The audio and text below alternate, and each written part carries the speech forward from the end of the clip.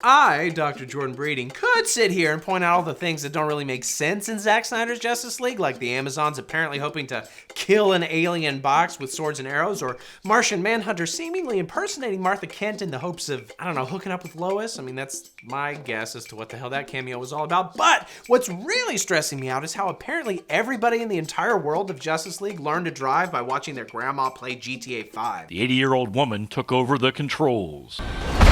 First up, this dickhead truck driver plows right through a red light because he dropped his cheeseburger. He didn't just misjudge a yellow. The light turns red like freaking 22 seconds before he plows through the intersection. You're a commercial truck driver in a crowded city full of pedestrians, bro. Right?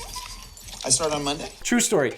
The summer after my freshman year of college, I drove a refrigerated truck delivering salsa and hummus to Whole Foods up and down the East Coast, and you better believe, every time I drove through Philly, I was like sweaty bullets afraid that some kid would step out in front of me, or I'd love tap Michael Vick's car and he'd throw a football like right through my stomach. I had this job in 2010, and he'd already served his time for the dog thing, so it'd be mean to joke about, and he also really helped my fantasy team that year. Rolling and launching downfield for Deshaun Jackson to accelerate! But basically, at no point would I have been willing to scramble around on the nasty floor of my dirty truck next to my ass-caked boots for a soiled cheeseburger as I approached a busy intersection. I mean, let's face it, I would not eat that thing unless I knew it already had both Pfizer shots. Yeah.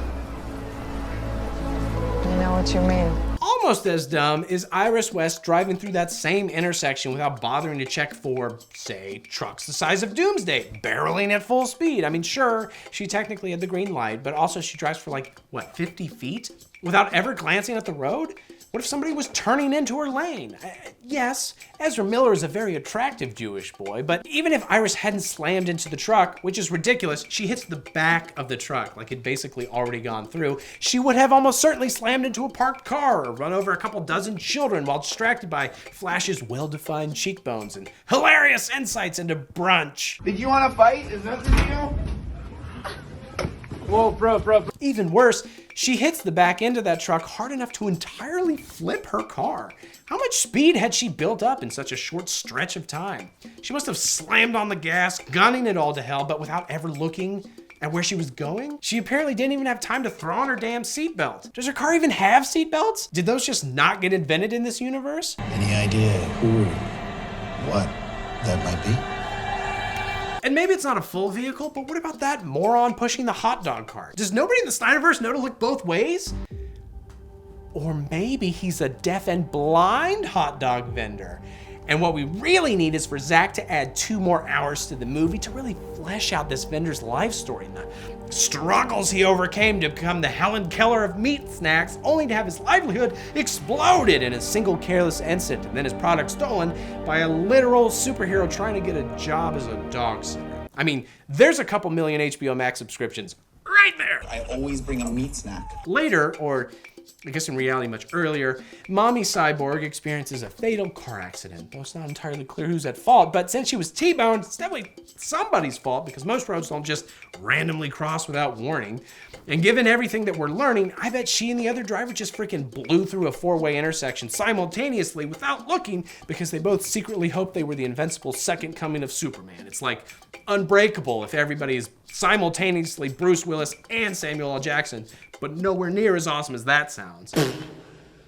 But hey, it's not just motor vehicles and wienermobiles. Look at this piece of shit fisherman somehow managing to flip over his boat because he failed to notice what appears to be the storm of the century. And based on the people in the nearby town, my guess is the fisherman just assumed if things went poorly, he'd get saved by Aquaman, and he is right.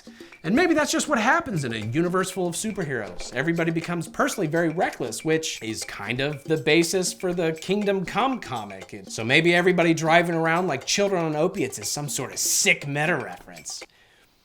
It's probably not. I don't understand. One of the film's longest running subplots involves Batman's inability to get his magic troop transport up and flying until Cyborg probes her with his tender, slender metal fingers until she lights up.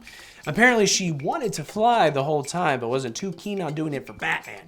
That turns out to be a pretty smart move on her part because Batman almost immediately crashes her. Sure, they got nicked by the energy shield or whatever when he blasted through it, but like, bring bigger missiles? Get Cyborg to blow up in a big hole with his arm gun thing? Surely there's a way to get inside Steppenwolf's special secret base without running into inanimate objects. The freaking superheroes. Flight is its nature. But maybe that was always the plan, because Batman's got his Batmobile / Bat tank stowed away in the troop transport as if he knew he couldn't stay in the air more than 5 minutes without slamming into something. And I know he only drives his Bat vehicles during chase sequences, but the dude really crashes into a lot of things in both this movie and Batman v Superman. He's very reckless. There are still rules of the road, even in abandoned Russian ghost towns.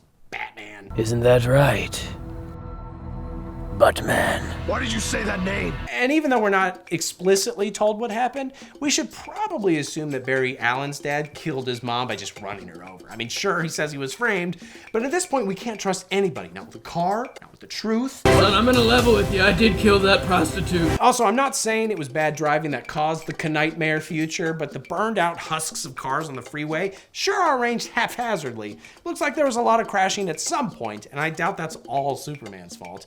Maybe he just took advantage of all of America getting into 100 million car pileup, because this entire universe has the reflexes of a turtle getting hucked down a water slide. All we can hope for is that in the black and white Snyder cut part 2 or whatever that we're eventually gonna get, it's gonna include the deleted scene where Martian Manhunter just slams into Bruce's front porch when he's trying to meet him. I'm still alive, but I'm very badly injured. I think my legs might be broken, but I'll try to stand up. Ah! Yes, they are broken. Perhaps you could toss me a Band-Aid or some antibacterial cream. I'm in an extraordinary